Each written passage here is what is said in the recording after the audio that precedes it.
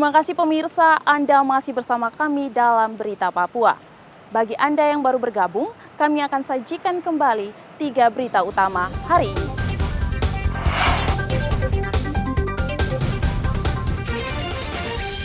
Merayakan Natal umat Kristiani padat di gereja di Merauke. Selama tahun 2023, kelompok kriminal bersenjata lakukan 108 teror.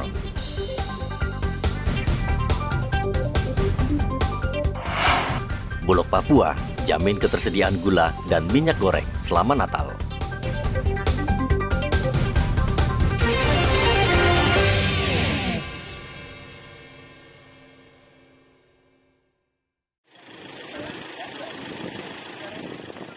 Satgas Damai Kartens terus memantau sepak terjang Komite Nasional Papua Barat atau KNPB yang berafiliasi ke pembebasan Papua Barat. Selama tahun 2023, organisasi ini menggelar 108 aksi politik yang berseberangan dengan pemerintah Republik Indonesia. Dilaksanakan oleh kelompok kriminal politik sebanyak 108 aksi, baik itu unjuk rasa, mimbar bebas, diskusi, propaganda, jumpa pers, dan lain hal. Aksi ini terjadi di Jayapura 56 kali, Kabupaten Jayapura 18, Kabupaten Riau Timur 3 aksi, Gunung Anjing 4, Mimika 6 aksi, Jaya 19, Bogor 2, Nabili 1. Dan aksi ini didominasi oleh kelompok-kelompok baik itu dari KNPB maupun oleh MBB. Sebanyak tahun 2023, penegakan hukum dilakukan oleh Operasi Damai Kartens sebanyak 98 kali. Sampai sekarang sudah 68 di tahap penyelidikan, 33 penyidikan, 25 berkas diantaranya sudah menjadi P21. Satgas Operasi Damai Kartens juga merilis data yang menyebutkan kelompok kriminal bersenjata selama 2023 melakukan tindakan kriminal menonjol 204 kasus. Satgas mencatat gangguan keamanan yang dilakukan KKB sebagian besar adalah kontak tembak, penyerangan pos keamanan, pembunuhan, hingga penganiayaan berat.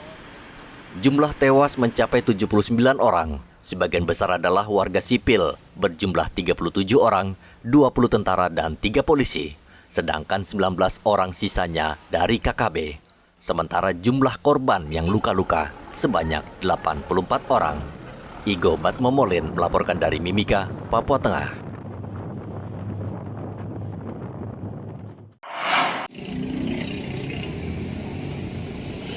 Kasus kriminalitas di kota Jayapura tahun ini meningkat dibanding tahun sebelumnya.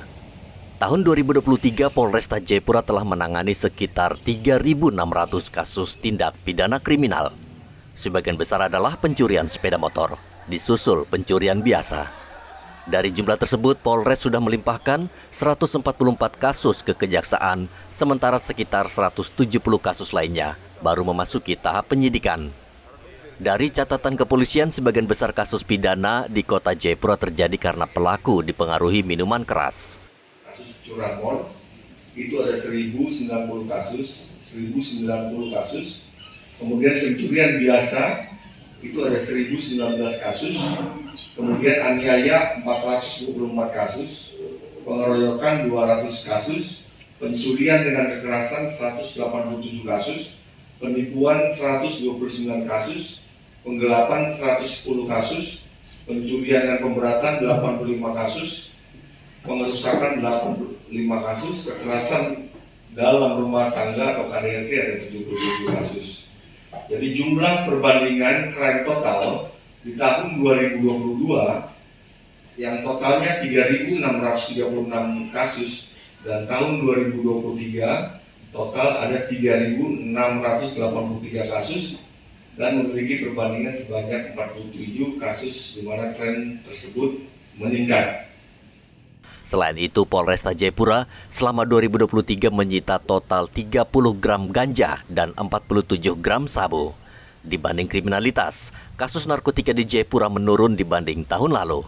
Dari pengungkapan kasus narkotika selama setahun terakhir, Polresta Jayapura juga meringkus 64 orang tersangka. 59 diantaranya warga negara Indonesia dan sisanya warga negara Papua New Guinea. Arthur melaporkan dari kota Jayapura, Papua.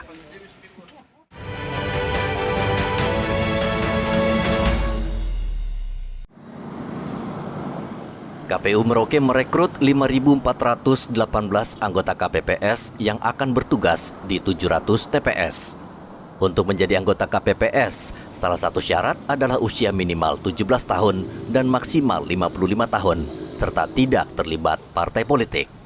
KPU Merauke juga akan mengecek kesehatan anggota KPPS dengan mewajibkan mereka yang mendaftar membawa surat kesehatan dari rumah sakit. KPPS sesuai dengan jumlah TPS kita itu ada 774, dikali 7 ada 5.418 yang akan kita rekrut karena setiap KPPS berjumlah 7 orang. Maka proses rekrutmen sekarang sedang dilakukan di tingkat PPS. Terkait dengan ini kan ada syarat administrasi yang harus dipenuhi oleh para peserta, itu termasuk dengan surat kesehatan yang menyatakan bahwa yang bersangkutan sehat jasmani dan rohani. Dan untuk periode kali ini batasan usia sesuai dengan PKPU 8 2022 bahwa batasan usia terkait dengan KPPS ini dibatasi. Usianya ada minimal 17 tahun, maksimal 55 tahun. KPU Merauke juga akan melakukan tes kesehatan bebas COVID-19 bagi calon anggota KPPS. Seperti diketahui, saat ini COVID-19 dengan varian baru tengah merebak di beberapa daerah di Indonesia. Dan Kemenkes meminta seluruh KPU di Indonesia memberikan perhatian serius. Muhammad Ridwan melaporkan dari Merauke, Papua Selatan.